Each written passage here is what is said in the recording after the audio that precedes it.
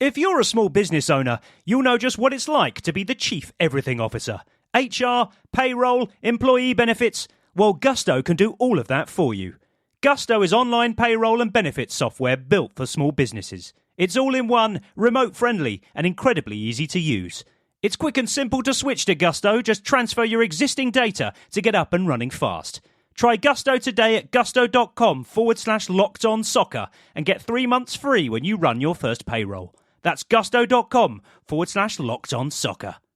The world's biggest soccer tournament has arrived, and you can trade the entire tournament on Kalshi. On Kalshi, you can trade every match from the opening stage all the way to the final. On Kalshi, you're trading against peers in a live market, meaning there's no house. And as the probability changes, you can buy in and out of your position. For a limited time, download the Kalshi app and use code CUP26 to get $10 when you trade 10. KALSHI, Kalshi. Trade the beautiful game. 18 plus only. Restrictions and eligibility requirements apply. Event contract trading involves risk and may not be suitable for all investors. Prices, values, and available markets may differ from those mentioned. For more information, see kalshi.com/regulatory. The entire summer of soccer is on PrizePicks, all 48 countries in every matchup. And if you rep your side before the round of 16 on PrizePicks, you can win a trip to the finals in New York. It's the biggest tournament ever, which means there's even more opportunities to cash in while you root for your favorite national sides and global soccer stars. Download the app today and use code CUP26 to get $50 instantly in lineups when you play your first $5. Download the app today and use code CUP26 to get $50 instantly in lineups when you play your first $5. PrizePicks, America's #1 sports picks app. Hello, I'm Jason Lee, and you are tuned in to Tricky Talk. Who hits it low into the corner. Mass control. Wood, who gets it back here through Gibbs. Yeah! Towards the back post. Yes! In! Igor Jesus! Back post. Hello, welcome to the Tricky Talks podcast on the day that Glasner is finally appointed officially as the Forest manager and England celebrate a historic victory in the Azteca Stadium, moving it through to the quarterfinals where they play Norway. But we'll talk about England a little bit later. But first of all, it's going to be a little bit of Forest chat, of course. And Molo, you are here as well. How are you? Yeah, very good. Are you awake? Yeah, I'm fine. I only literally woke up for the game and went straight to sleep afterwards, so not a problem. Yeah, Kate, you also watched the game live, and you had a trip to the cinema this afternoon, I believe. And can you confirm you actually stayed awake, please? I did stay awake. I did think getting in those nice comfy chairs, a film, it was Toy Story, and I thought, well, it might not grab my interest, I might have a little snooze, but no, it was fine. It was nice to be in the aircon. Yeah, and last but not least, Chels, who I'm expecting you to be wide awake and full of beans on this episode, Chels, because you slept right through the excitement of England's win, didn't you, last night? Oh, I did. But in a weird way, it did feel a bit like Christmas Eve night, because I kept waking up throughout the night, like looking at my phone, checking the scores. And then, first of all, I saw it was delayed, went back to sleep, then woke up again, near enough every hour checking. So it did feel a bit like Christmas Eve for me, but good result at the end of it. So thank God for that. But did you open your presents when each time England scored, though? Well, exactly. That was my present. Waking up and going, oh, look, we actually had a win. So thank God for that. Yeah, right. So more on that later. But first, let's talk about Oliver Glasner, of course. And the I's have been dotted, the T's have been crossed, the paperwork has been signed. And as I said, he's now officially the Forest manager. Molo, start with you. We talked about it on a live show last week of what we could expect and what we hope, but now the news is finally confirmed. What are your thoughts? It's glad to get it done and dusted, isn't it? So he can crack on with his job now, can't he? Yeah, I think since it came out and we spoke about it, there's been a longer than usual delay, which was nerve-wracking at one point, thinking, uh-oh. But no, really pleased. It's nailed on. Got a manager who hopefully will stick around for a good while. He said all the right things in his interviews, hasn't he? And talked about the passionate fans and the future. And he's kind of hinted at the fact that it's a bigger club. Even though Palace fans are a bit salty online about calling it a sideways move. So fantastic. I just can't wait to see what comes in, how he shapes the squad, what changes he makes, and how we look. And the fact that he actually prefers playing four at the back, apparently. He only did it at Palace because he felt that was what he had to do with the personnel, which I didn't realise till yesterday. So can't wait to see him get started. And the timing's about right, isn't it, Kate, in the fact that the players have yet to report back for pre-season training, excuse me, which means him coming into position now, he can get cracking on from day one, can't he, and not leaving the players hanging in any way, wondering when they are going to get their boss. Yeah, I think that's really important, and I think it's important for us as fans as well. And I think it certainly makes the pending trip to Notts County a little bit more interesting, doesn't it? Because the game itself will probably be a bit rubbish, but for us, all eyes will be on Glasner and how he's interacting with the players, how they're responding to him, who he's choosing, and just generally seeing him there on the touchline in his Forest kit. So, yeah. Are you two going? Are you going to that game? Yeah, I swore I'd never go again to a pre-season friendly after they robbed us blind. I did it the season after we signed Lingard and stuff. And I went there and I just thought, what on earth am I doing? This was 45 quid, because there's three of us, to watch a training session.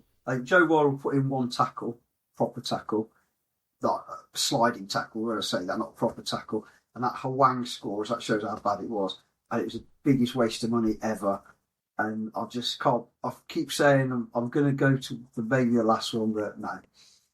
I hate, my view on friendlies anyway. Yeah. Playing them, watching them, complete waste of money. They're just fleecing fans, aren't they? Charging that much for that. Yeah, we'll come to you in a moment, Chelsea. But guys, I wanted to ask you about any potential chant that Glasner will get. Now, didn't Elvis Costello sing a song called Oliver's Army?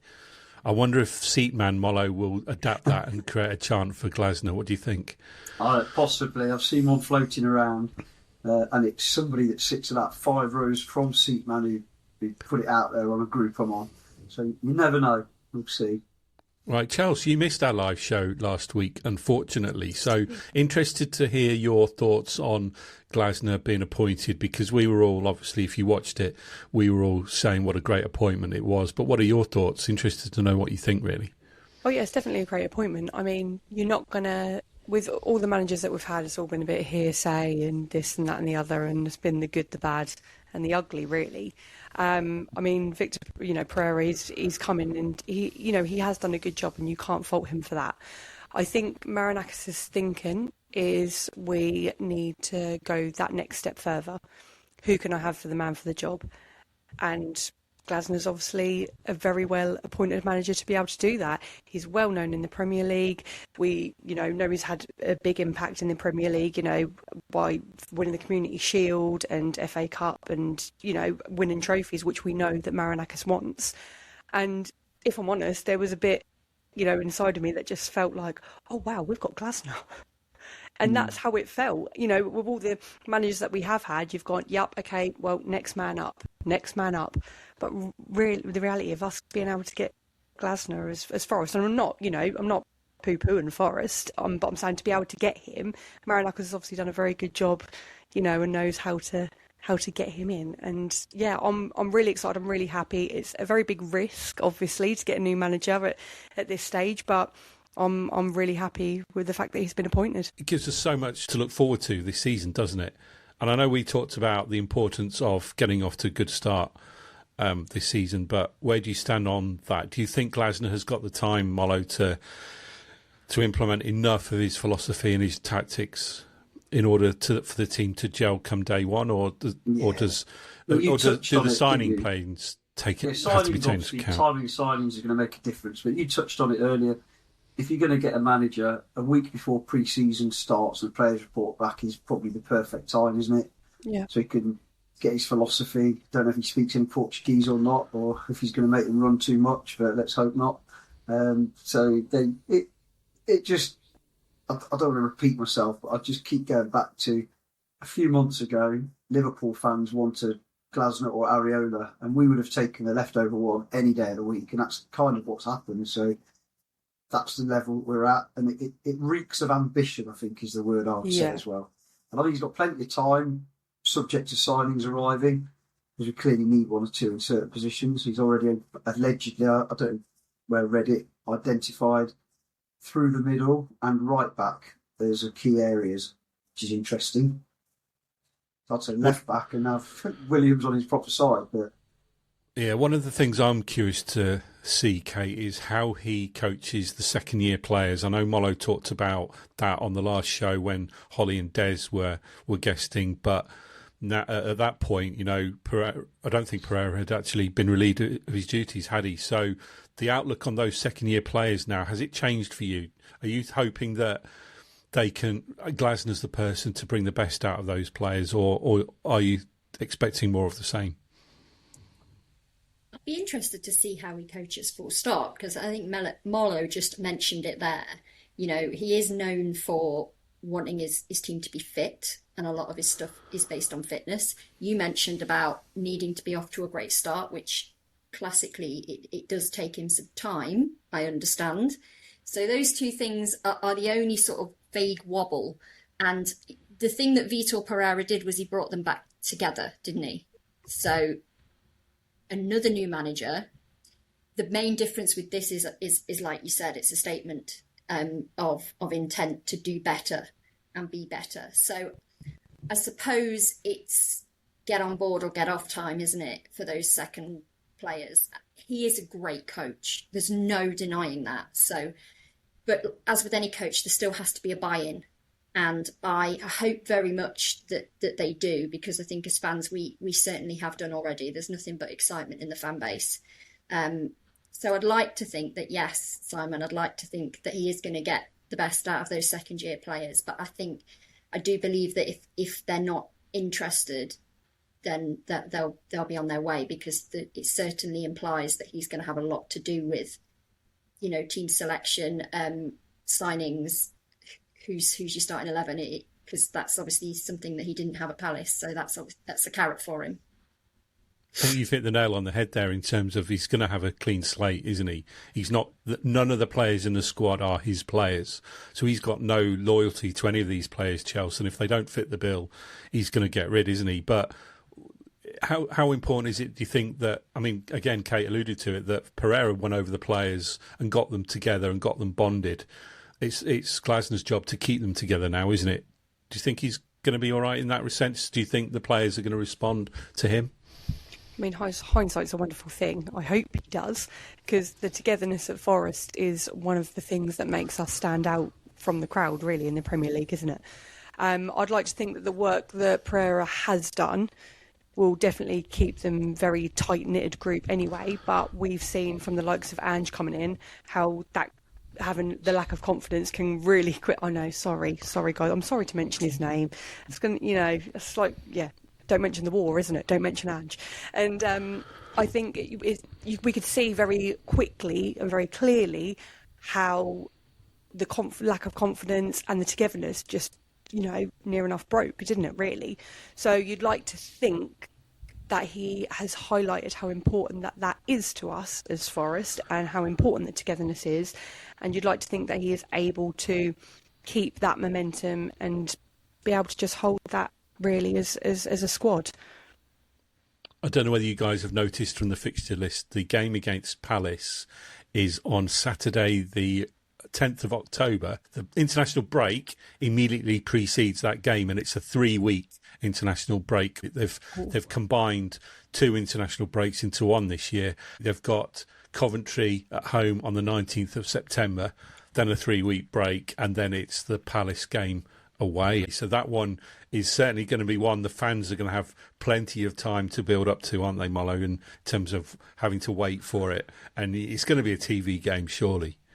You'd imagine so. I don't know the fixtures for the Conference League, the Europa League level players, so that might be interesting. But yeah, I presume those praps in the black thing here will come up with some stupid banner, get themselves fined, and then I'm sure it'll be like it always is at Palace, quite a pleasant place to go, rubbish view, usually an alright atmosphere, and maybe they'll have a silly banner, but it should be interesting. But any other thoughts you've got on Glasner? What are you hoping to see next, Mollo? Well, in fact, it's the same question for everyone. What are you hoping for next? Are you looking forward to seeing how he gets on pre-season training? Are you looking forward to seeing what targets are rumoured to be linked, or what? Where's your thoughts now? I'm looking forward to seeing a trophy, mostly, if we go longer term or medium term. Pre-season, as was shown under Nuno, means literally nothing, does it? We had that horrendous pre-season and then finished 7th, didn't we? We had the worst pre-season ever. And we went on to finish 7th, and it should really have been a bit higher with a little bit of extras going on. If I'm being really picky, what I'm hoping for is a similar season to that, but with the same sort of football we played in the last couple of months of last season, because that was exciting to watch. I mean, obviously, Morgan Gibbs White was on another level to anybody else in the Premier League at that point. And points in the bag and a trophy. I don't ask much. No, that's it. I'm just looking forward to seeing how they play. I'm hoping he can break his kind of traditional slow start that he seems to have at clubs and in his early seasons, a bit like Cloughy used to.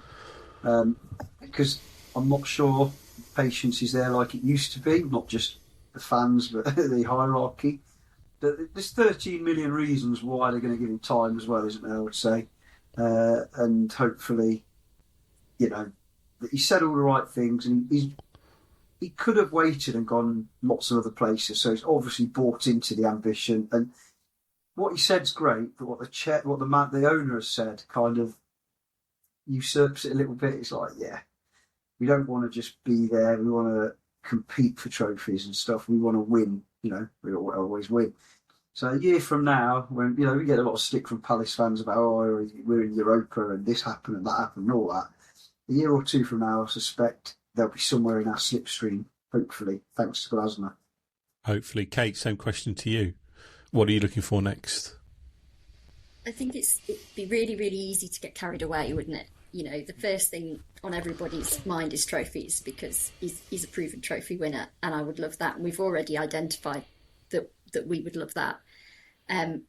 What I really, really believe could happen with Glasner is that mythical stability that we've talked about. You know, if you get a manager like Glasner, it is a statement, and that's what we said when we did our live reaction show. And I think that you have to give him time. It's not something that Marinakis is famous for, but I would like to think that Glasner is good enough to be able to have that time, to be able to implement a plan, and for us to have some stability and watch our club get better and better.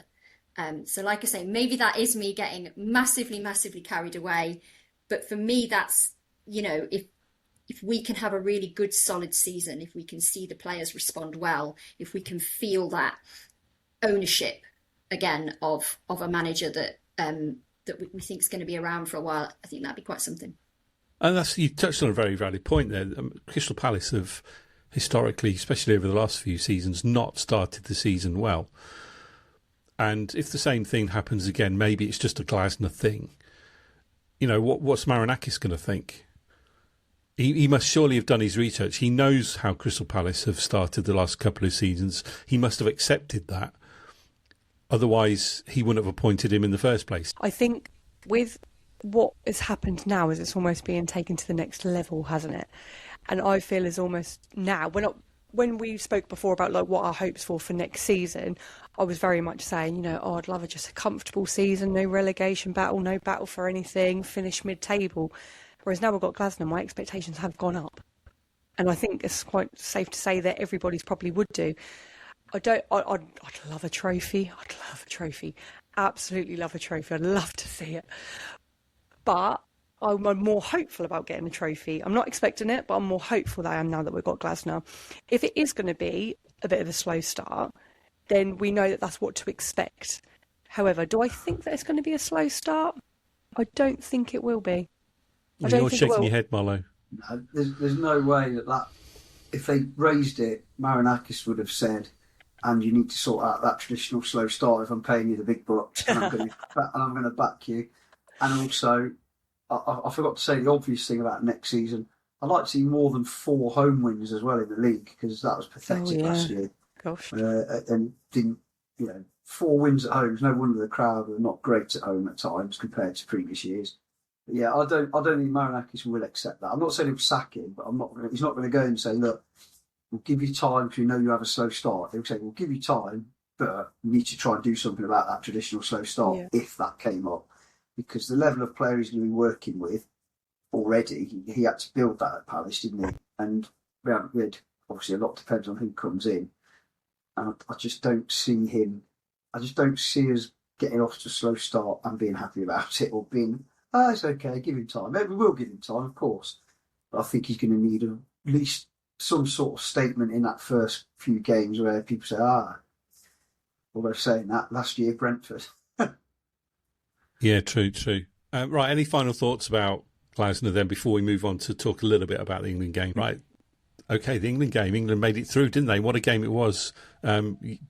Mollo, Kate, you stayed up along with myself. We watched it, but it was one of the best England World Cup games I think I've ever seen, just for pure excitement and pure drama, wasn't it? It was it certainly kept us awake during the middle of the night. That was for sure. Kate, were you on the edge of this seat because your boys? One of your boys stayed up, didn't he, or did they both stay up?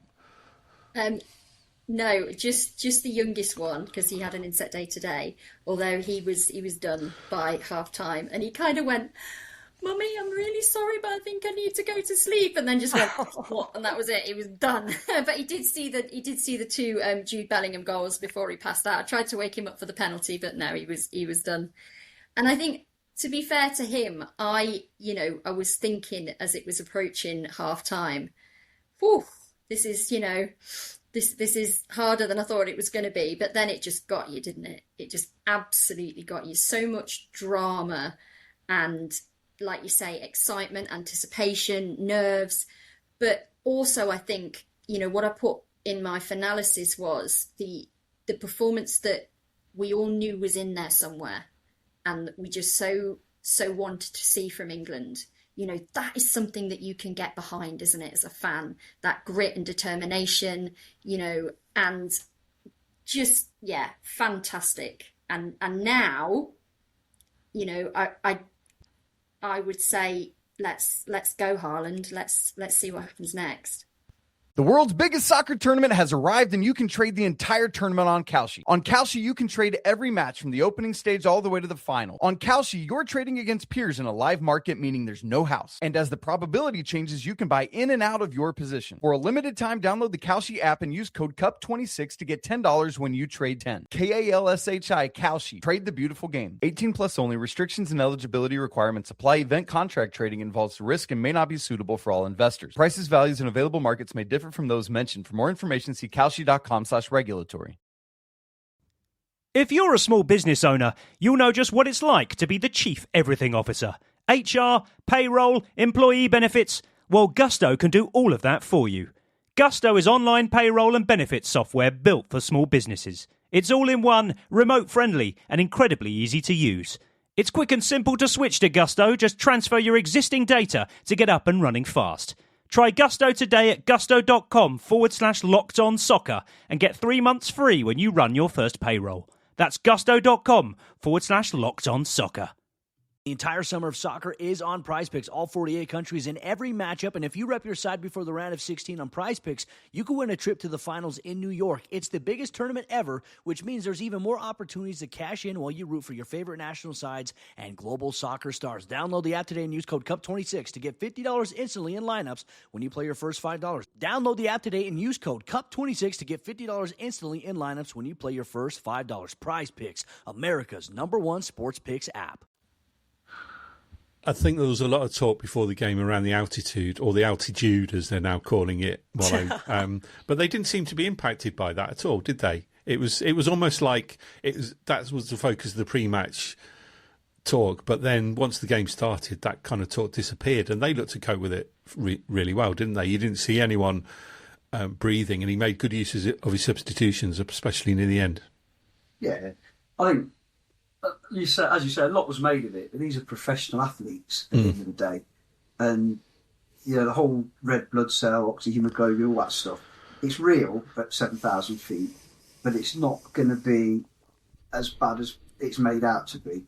I think you've got to add into all the drama was added to by having a pretty powerful but incompetent ref as well. Regardless of the big decisions, he was just pretty incompetent throughout, which is a bit of a sign of this tournament, to be fair. And I think it just added to the whole thing, didn't it? Where he was blowing his whistle in Mexican players' faces to get back, and the bizarre booking in the first minute on Declan Rice, and not picking up on that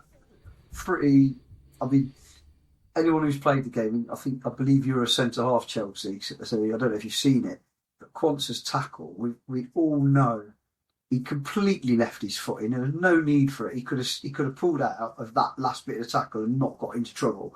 It was completely in the heat of the moment, if you like, premeditated. So it was absolutely brain dead, but it just added to the whole thing, didn't it? Weirdly, I felt like when we went down to 10, I felt more confident that we'd win because it became more of a typical English backs to the wall sort of thing we've done for many years.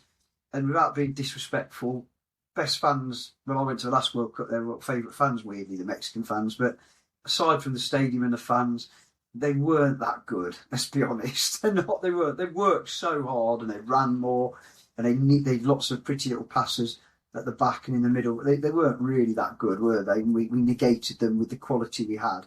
And our big players showed up when it mattered.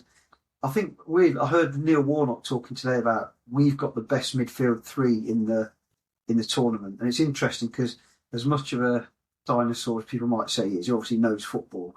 But we all know that Elliott's playing, we're only seeing 50% of what Anderson can do because the handbrake's on, doing his job. He's a manager's dream. And you hear no now saying, oh, why have Man City brought him? But he sets that platform and the midfield was superb. And the wingers finally came out to play a little bit, didn't they? You know, Saka's start putting a lovely cross. I know it was all he did, but to be fair to him, he's still coming off an injury. I thought Gordon was much better and worked his socks off. And what I liked, there was no whinging and moaning. When we went down to 10, he became like an extra fullback and did that superbly. So, yeah, can't knock it. I thought very good against an average side in a very difficult position. And we did it quite well. I know we were hanging on at the end, but props for Jordan Pickford, though. I mean, yeah, a lot of people don't rate him, do they? Because he's not the tallest keeper in the world. And you might say the same about this, Kate. When we went to Everton at Goodison Park for the first time, that was the first time I could see what the fuss was about generally, because he just dominates his half of the pitch, and he absolutely dominated his areas brilliantly, didn't he? So, well, never in doubt. Tough next game, though. Yeah, I think for me the three best players were Pickford for the saves he made, particularly from Raul Jimenez, who I thought was really, really good, and Anthony Gordon. I thought he was outstanding, and he set the tone quite early on where he chased the ball down the wing and managed to keep it in play and get in a shot. I think that was quite early. If only you knew the words to the national anthem, Kate. And I think obviously Jude Bellingham with his 2 goals was top notch as well. But quick fact about the Azteca Stadium. Did you know it is the equivalent to 1,114 Dan Burns stacked on top of each other? It made me want to go. That's what I thought about the stadium. It made me want to go someday. I was getting pictures and videos from one of my friends who's out there that I went to Qatar with, and it was just like, and he said afterwards, he posted about it, it was like, bucket list, something else ticked off. He said it's something amazing. So I wish that I'd found the 4 or 5 grand just to go out there for a couple of days. Yeah. It reminded me a lot of Mexico '86, and you'll probably remember this, Molly. I'm not sure if you will, Kate, and Chelsea. You probably weren't even alive in 1986. But no, I wasn't. Do you remember? Sorry. Yeah. Do you remember England needing to beat Poland in their last game to qualify? And it was a game that was in the middle of the night as well. And Gary Lineker scored a hat trick. And I remember I wasn't allowed to watch it at the time, but I remember my dad was downstairs cheering every goal, and he kept waking me up. And it was very reminiscent last night, very hard not to wake the whole street as the goals are going in the middle of the night. So almost like for me, history was repeating itself. But Chelsea, have you seen any of the highlights? I know you didn't watch it, but what do you think? Yeah, no. Well, they've played. By the looks of the highlights, they've played a lot better than what they have done, which is obviously very promising to see. Now, I'm going to controversial. I'm that England fan where I can feel myself getting all my hopes up, right? And I have to just keep squashing them back down because I've been let down. And we all have quite a few times, not by performance and stuff, but just circumstances with tournaments. 2 years ago, the Euros, we got to the final on my birthday. Did I go into bed? Did I cry because we lost? Yes, I did.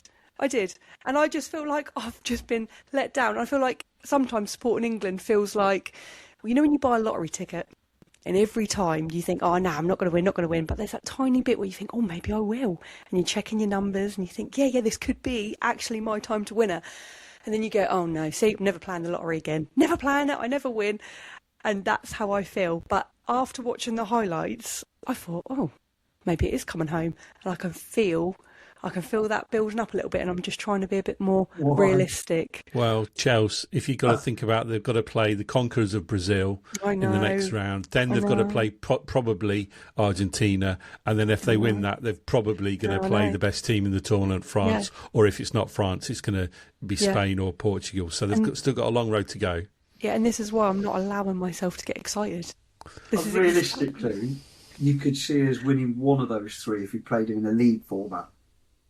Maybe win one, draw and lose. But it's just, I guess because we're a little bit older, as sure as Scotland will get knocked out in the group stages in a major tournament, we will lose to the first big hitter we get to, probably gloriously, probably in extra time or penalties, probably have someone to blame, like a referee or somebody getting sent off or a missed penalty, and somebody will be a scapegoat for the media. But we'll be built up by the media now. This is why everyone hates England, because of our media more than anything. We'll be built up to be world beaters. How's Mexico? Their best player is playing in the Championship next season. It's not even good enough for a Premier League club. Reality, they're a good team, don't get me wrong, they play well as a team, that there's not one of those players you would want to sign for Forest. And we were 16th. It's reality just never bites. If we'd have lost it, we'd be the worst team in the world. Because we've managed to win it, and not exactly convincingly, we're the best team in the world. And like you say, Simon, and Chelsea, a few years younger than us, and she's seen it all before, as the line goes. We've seen it all before, time after time after time, all the way back to 1982 in our case, when we never lost a game and still got knocked out and couldn't score, or 86 when we couldn't beat Diego Maradona, or 1990 when we couldn't take penalties, or the turnip in 94 and we didn't even get there, and so on and so forth. David Beckham getting sent off. Need I go on? Yeah. What you're saying is, Mother, it's coming home, right? Definitely, yeah. The fans are coming home, but not after the final. A lot was made of Mexico's record in the Azteca, and that they'd lost twice in 89 games. But what people failed to do was actually give any context to around the teams that they played. Yeah. I mean, I've got the list in front of me, and I don't know whether you guys have seen it. I've seen it. There's it's ridiculous. Sides on there. Yeah, but Bermuda twice, El Salvador 7 times, Belgium twice. Okay, give them that. USA 7 times, Canada 6, Haiti, Guatemala, Iraq, Bulgaria, Honduras 8 times, Martinique, Jamaica 8 times, St. Vincent and the Grenadines, Saudi Arabia, Bolivia, Brazil once, Panama 6, Trinidad and Tobago 3 times, Brazil under 23s twice, Costa Rica 5 times, Guyana, New Zealand, Czechia and Ecuador. So they're the teams that they've beaten in their 89. So you got Brazil once and Belgium a couple of times, but apart from that, now though. Yeah, absolutely. So. Right, we'll look forward to that aforementioned game then against Norway at Hard Rock Stadium, which you guys know is my second favourite stadium in the world. So it'll be strange seeing England there and not the Dolphins. But any final thoughts you want to talk about before we draw to a close? Mono, start with you. No, I think, like I've just said, we've got that defence mechanism of being, I've followed England all over the world at various times. And it's that defence mechanism's there. I'm not getting my hopes up until the final whistle goes in the final and we've won it, because I know what's going to happen. And I think Norway's going to be a really tough test. They did really well. 17 players that play in the top 4 leagues. I hadn't realised. The main 4 leagues. And obviously Haaland is there, Harry Kane. Our defence is not exactly top notch, so that's going to be tough. Haaland was so nonchalant, wasn't he? I don't know whether you watched it and saw the games, but in the run-up to his both goals, he was just walking, and then all of a sudden, bang, it was in twice. Yeah. But any final thoughts from you, Kate? What I like about this is I have really enjoyed this World Cup so far, so much more than I thought I would do. And because I am very much club over country, and I always have been, I'm just enjoying it now. I really enjoyed that game last night. I am really looking forward to Saturday, because unlike Chelsea, if we do go out, I'm not going to be crying into my pillow. So I'm in this lovely, unique position where I can just have a really good time with it. So that is exactly what I intend to do. Excellent. Chelsea, final word from you. We need to buy you some tissues? No, you don't, because I've gone past that now. I've grown up and realised what England does. You know, I'm expecting them to lose. I'm expecting them to go out, and I know full well that they'll go out on Saturday because that's my birthday, and they did it 2 years ago. So that's exactly what they'll do. I'll be in the pub watching it, and I know full well that they won't win. But as just being an England fan, you just expect it now. So I'm same with Kate. Club over country any day. Yeah, well, we wish you. Can I just ask how you're rating it as a World Cup? So I'm enjoying watching a lot of the games. Yeah. But it's definitely the most corrupt World Cup there's ever been. Oh, yeah. It's incredible what UEFA have said today. Belgium have appealed the USA player who's now been made eligible, and they've failed in their appeal. It's been thrown out by FIFA. UEFA have made it. It's appalling. They've lost all credibility, haven't they? Yeah. That's the problem. Yeah. Well, we wish you a very happy birthday for Saturday, Chelsea, and we hope England bring you lots of tears of joy this time. Yeah, no. I'm not expecting it, Simon. I'm telling you, it's that lottery ticket again. Yeah. Right, and thanks everyone, of course, for listening and watching. We'll be back with you very soon. In the meantime, check us out on all the social media channels and our website, trickytalks.com, and we shall speak to you again real soon.